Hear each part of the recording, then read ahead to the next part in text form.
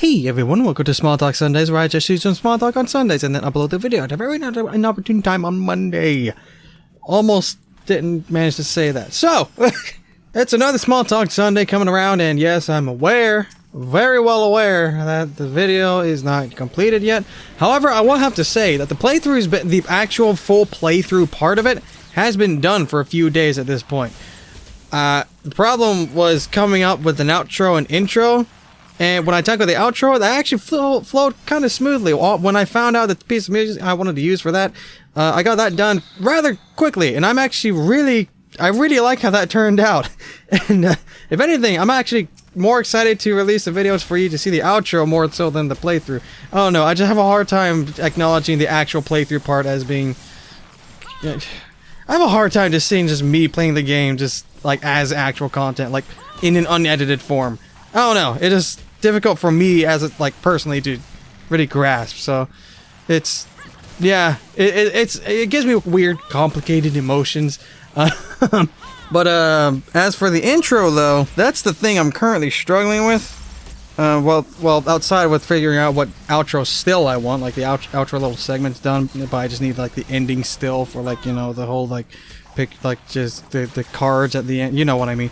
But the intro, I'm struggling hard with this intro. Like, it's not like I'm struggling hard because I feel like what I'm doing with it, or like the edits I have so far, just aren't as good as previous ones, and I feel like I'm really stretching for like to make it funny. The intro, definitely it's a struggle, and I'm just gonna have to ask to for you all to like temper your expectations for this next intro, because I feel like I just don't know what to do with it anymore. And honestly, I'm kind of tired of being funny with these things. Not really in like the grand scheme of these, but like as of now, like this very moment in time, because you know people change over the course of time. I'm kind of just in the mood to make something serious or something emotional or something.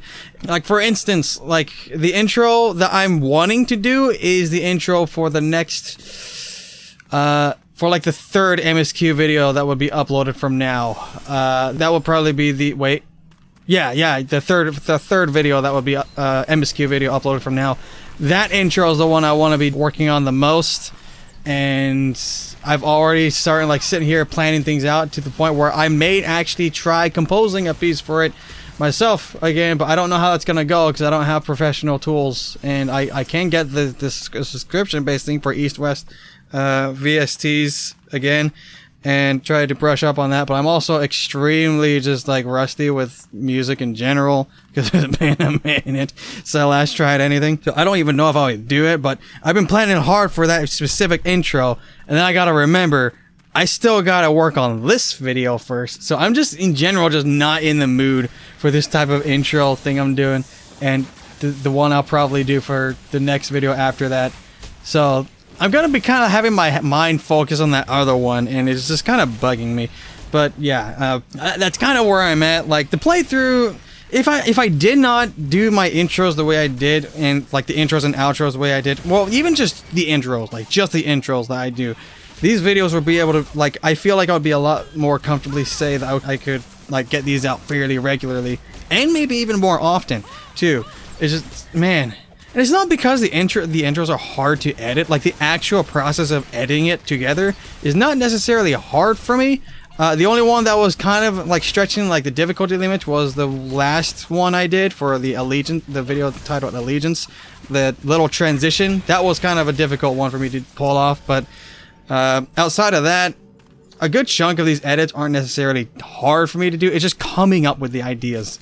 Most of the time of me working on these intros is just figuring out what to do. Just thinking. I'm just like staring at the ceiling or the wall.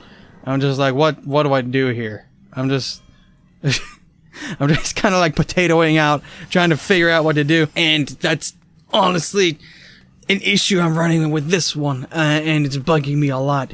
I've been going on and ranting on this my frustrations with this thing for the past 8 minutes. I feel like I need to change the topic, but man, I'm just getting frustrated with this, and I want some like serious content. I want something like I did with the freaking what was it? The Hallminster Switch intro, I think is what it was. Yeah, the intro I did for the Hallminster Switch. I want to get in the mood for something like that again. And I have a certain idea of what I want to do for that other intro that I'm excited to work on. But the problem is actually getting the footage. Oh crap, I don't have enough like example footage for what I want to do for it to be as long as I want. When I get done with Shadowbringers, I might come back to that idea and make a little montage thing. But yeah. Oh yeah, speaking of the whole Shadowbringers thing, people have been mentioning how they do wish I could like hurry up, but also don't. I've noticed people have very mixed feelings on how to just say hurry up without actually making me want to speed through it. And I understand you fellas, and I very much appreciate the gestures. Because I relate. I am in that same boat. I would like to hurry up and be faster, but literally the main thing keeping me back is my slow editing time. And when I say editing time, it's mostly just having my brain figure out how to make a reasonably length intro and outro. Like, this intro is probably going to be on the longer side, which is going to suck because it's not the greatest, but I'm working with it. Like, I'm trying. I did actually make an hour and 40 minutes of progress in recording, so I'm quite a bit further than where I was last Small Talk Sunday. But I did stop at a weird spot, and it's gonna be in a spot where it's just gonna be somewhere in the middle of the video, instead of like at the end. So I'm gonna do another splice like a 1 day later, or it's not gonna be 1 day later. It was like a week later or something. But yeah, this weekend has been quite frustrating because this intro alone, like this intro has been taking up my entire weekend so far, and it's upsetting that I say that because it's not gonna be a great intro. I've repeated that so many times. Okay, I gotta move on. I gotta move on from that topic, and I already said that too. Anyways, I think I've just about said my piece about this little bit of just frustration and anger and grr. Yeah, so I did mention this whole like Q&A thing, and I don't know how often I'm going to do this Q&A thing because editing and the comments up on the screen and whatnot and piecing it all together, also just the natural elongation of the whole recording, does take quite a bit more time to edit.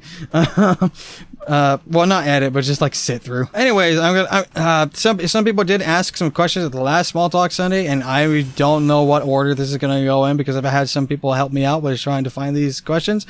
So I'll just be reading them out just as I see them.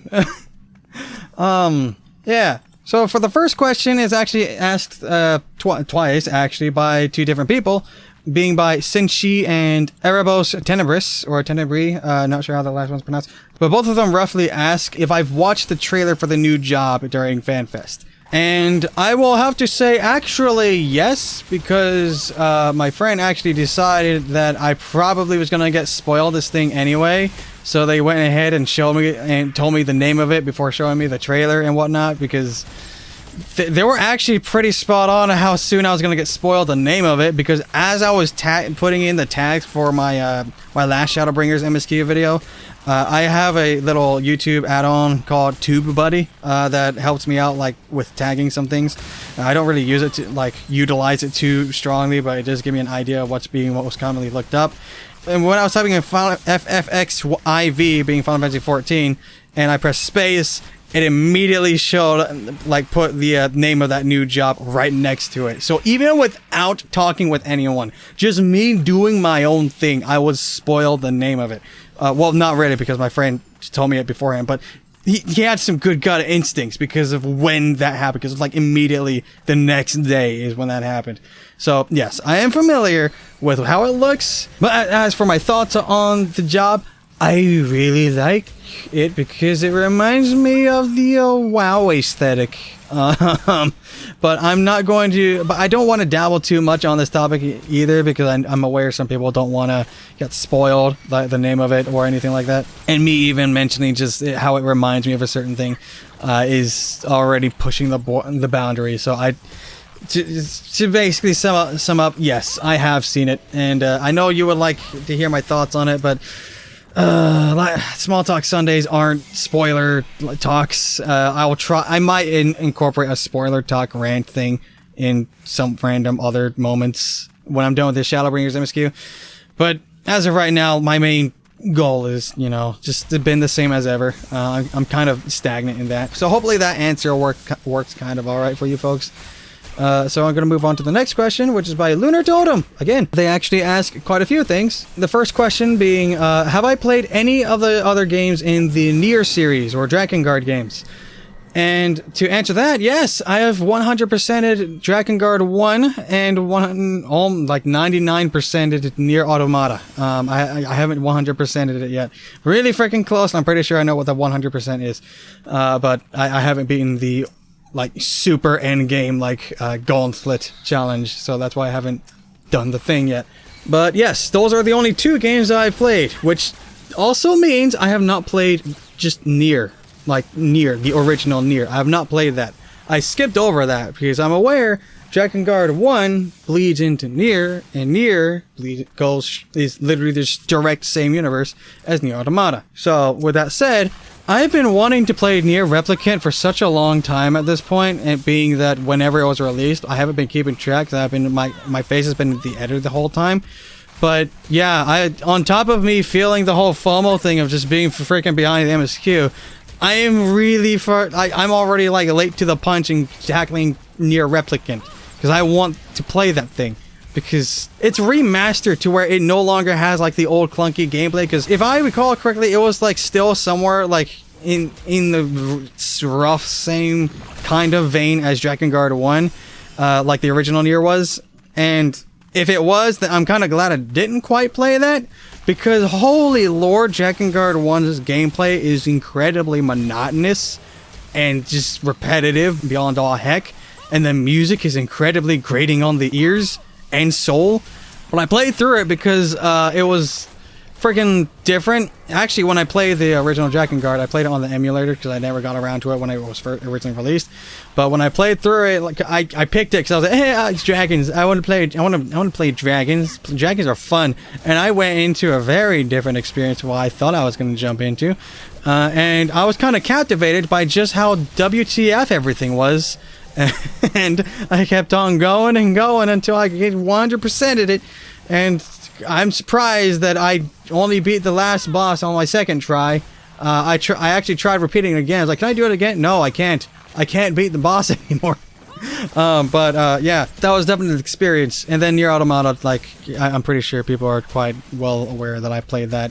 So that's a little bit of a long answer for that. Hopefully that answers that question. But the other question you've asked is, do I have any PvP tips for the feast stuff? Well, considering I've only reached up to gold in Feast, I don't think I'm super qualified to be giving advice for Feast. But then again, I stopped at gold because I ended up just not having enough time to queue for more Feast because I was editing a lot of stuff and I was getting further and further behind in the MSQ for every time I kept diving into Feast. So I lost out on that. But from what I have learned and picked up, some general feast tips. This could get really lengthy real easy. So essentially, hello. People have multiple uses for that. They can use it for just when you first enter it, you can say hello, say hi to people. That doesn't mean anything. If they spam hello over and over and over and over and over, they're probably being toxic about it. So probably the really sarcastic hello. If they just say hello periodically and it's by a DPS, that means their burst is ready. Specifically, the range DPS will probably be saying this the most. That means their burst is ready. And it annoys me that hello is the word they use to initiate that. But the Feast lingo, hello means your burst is ready. But I'm kind of getting ahead of myself right now. The Feast is going to require a lot of situational awareness. A lot. Feast matches are probably going to be harder than any of the extremes or ultimates out there. I've never played any of them, but I'm going out on a limb here that Feast is probably going to be harder content than that because you're fighting against other living players and you don't have a rough guide to how to beat each individual player. Anyways, if you're a tank, your job is to put pressure and very carefully time your stuns for when a kill is about to happen. Whether you stun the kill target themselves or try to stun the healer or stun the ranged DPS to suppress their counter DPS in case they're going. Just a bunch of stuns and being a general nuisance. If you can do a lot of damage, that's an extra bonus because that's putting a lot of pressure on the enemy healer. But your main job is to really time those stuns just right and applying pressure. Also keep reprisal as an additional because you're also going to be part of the defense in case the enemy decides to burst someone near you. You want to debuff them with the reprisal to help your guy not die instantly.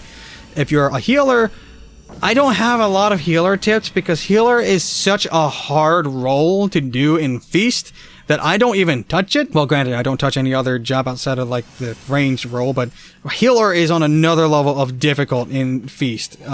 You have to make sure everyone is alive, and you have to be able to predict who they're going to focus on, and you need to react faster than they do if you're going to mitigate their damage, because of the way how everything works. If the enemy team perfectly coordinates their attack, their focus target can die in less than a second from max health if they time it just perfectly. It is extremely fast how people can die in Feast, and the best way to counter it is, well, counter a perfect play like that, is if your tank is on point, being able to stun them right at the moment where they don't need to be, really don't want to be stunned, and this is imperative that the healer is on top of it, using their protect on the target and pumping their heals out as much as they can. And they also will probably end up getting sleeped by the enemy healer so that they won't be able to do anything. That's when they need to make sure use their own purify ability on themselves. And people do recommend making a macro to make that ability automatically target yourself, because that's the only thing you're usually going to use that on. It's just yourself. So that way you can press it without having to untarget your target. Because if you're keeping on target or whoever you're looking at, you're going to just purify them through your sleep, and you're just going to still be sleeped, and it's not going to be any point. So yeah, just there's that whole issue. So healers got a lot of pressure on their shoulders in Feast. Melee DPS, they lead the charge in the whole DPS realm of things. They do a lot of DPS, and pretty much all of the calls for who to kill and who to target lies on the melee DPS's shoulders. They're the ones who say who we're attacking this target and who to set the focus target on. You want to be able to announce who you're attacking or who you're pressuring. You want to be able to announce like when the countdown is going to happen on a certain target to coordinate the burst. And speaking of the focus target, it puts up a counter that goes 5, 4, 3, 2, 1, counts down. And you do not want to attack the person who has that counter on them until it gets down to 1. Because if you go swap to the person who has the focus on them, like before then, that means you're making it very clear to the enemy team that you're attacking them, and the healer is going to start looking at them. The point of this focus target thing is to be able to catch the healer off guard as much as you can. Which is why, as a melee DPS, you also want to keep switching the targets up every now and then to keep the healer guessing, or you can keep on hammering the same guy over and over and over and have the healer accustomed to just healing that person, then out of nowhere just super hard switch to one of the other guys and just delete them when the healer got too used to the groove of healing that one person. There's multiple more tactics than that, but those are two that seem like the easiest to explain. But yes, melee, they lead the charge and they designate who to attack at what time, so you lead the charge. Also, try not to dive into the enemy territory too deeply, because you can die very quickly. So you don't want to LOS your healer at all, meaning line of sight. Make sure they can see you and that you're not running behind a wall to where they have to run and chase you, because that can lead to a loss very quickly. Now, as for range DPS, this is the most relaxed role to play out of the lot, which is why it's the only role I play, but it also has the longest queue times because everyone wants to play it because they don't want to have to worry about all the other things. Basically, you're just the right arm, you're just like the left arm of the melee DPS. You just follow where the melee DPS is going and try not to die yourself. You want to stay in the back as much as possible and just try to avoid damage if you can. But whenever your burst is ready, like you go through your combo and you're ready to do your big slammer, you want to press hello when you're getting up to it, where you know you're going to be able to do it real soon, or just like hold on to the burst after like hitting hello if you can. Because once you say hello, the melee DPS now has the knowledge that you are equipped for a burst to go. And then they can set up the focus target for you and them to converge on them and be able to like time it all. The motion and the overall strategy that happens is based around the calls that the melee does. So as a range, you just want to be able to get real comfortable with like just setting up your burst and just holding on to it and wait for just the right moment. And that does require some like full understanding of how your job works as well. And that actually applies to every single role. If you don't know your job inside and out, Feast is probably not something that should be on your radar until you actually understand. Because I don't want to dissuade people from queuing to a Feast, but the nature of it is, from what I've gathered from my own experience, if you end up messing up something and you happen to be with one of like the hardcore PvP players, they could do something that could strongly demoralize your experience, being they will just simply give up and give you the ignore marker. Like I would never do this. I hate this, and I'm always tempted to ignore a mark of the person, just marking other people. But this is just the nature of things. If you happen to get in with one of the elitists, that is a very demoralizing thing that can happen, and it's something I do hope that none of you really have to experience. But this is why I also try to recommend you like doing some like practicing your job PvP version of the job on the dummies and getting a feel for how things work before jumping into feast. Maybe do a few front lines too to get a feel as to how the overall combat works, because admittedly Final Fantasy 14 PvP, just the way how the overall game latency or just server ticks work, it's really awkward, so it does take some getting used to work with it. But yeah, those are some of my tips for feast. I couldn't say a lot more, but I'm already going on literally 30 minutes in the recording right now just talking about that alone. So oh my gosh, yeah, I do have a lot of PvP tips and more. It's just I wanted to save it for like a PvP video. And for the last question you had is what are you wondering what I do know about 6.0? I have an idea as to where it's going to be based on, roughly, maybe. Not confirmed, but I've been piecing the pieces together from what YouTube's been trying its hardest to spoil me and the offhanded talks I see from other people. I do have an idea as to where the expansion takes place, and I don't have a whole lot of knowledge as to what's being added outside of the job. So, but that's the extent of my knowledge. Well, there is another thing, but it's also completely non-spoiler that I feel like I could be completely safe to be even mentioning it. But for the sake of this video, I'm not going to say what it is. There's one other thing. It's kind of a minor thing on the side, but yeah, outside of those, that's about all I know. And I want to keep it that way until Shadowbringer's done, and then I can finally watch the dang thing. But yeah, that's about it. Sorry if that was a little bit lengthy of a response, or too short, depending on how I cut this. But yes, with that said, I'm going to move on to the next question. VoidsentPotato asks, what's your favorite color? For a while I was saying green for a good long time, but then I realized I like red. I like red and maroon colors and whatnot. I like the black and red combo because I'm a freaking edgelord. But yeah, red and maroon colors and just overall that field spectrum of color, it tends to be my favorite colors. But yeah, and you also mentioned the methods to maybe use for like my banner and profile picture, using the Black Mage minion or even my character and all that, with using screenshots. I could very much. Well, I could. Yeah, I just never get around to it. And recently, actually, my friend offered to help to change up the banner himself, and I'm really grateful for it. Really didn't have to do it. I'm very grateful for the help they've done with that. So yeah, I do have a new little banner. I think this looks way better than my freaking 144p screenshot that I had last time. But you do make some good points. I could do that. It's just I never get around to it. And also, thank you very much for the kind words at the end of the comment. It's always great to hear that. I'm really grateful that I'm able to help brighten your day a little, just a little bit. So thank you very much again for the kind words. And I don't know if there's any more other questions. I really hope I'm not missing any questions. But this was not so much of a question, but mostly just a possible recommendation by Lycon Xero. Mentioning something about how maybe using hashtags to go for the whole Small Talk Sunday Q&A thing.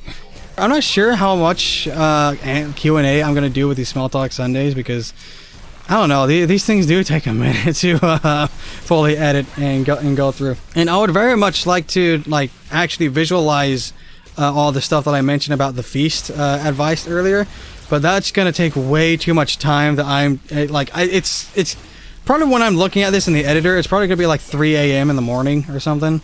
Like when I get to this point or something.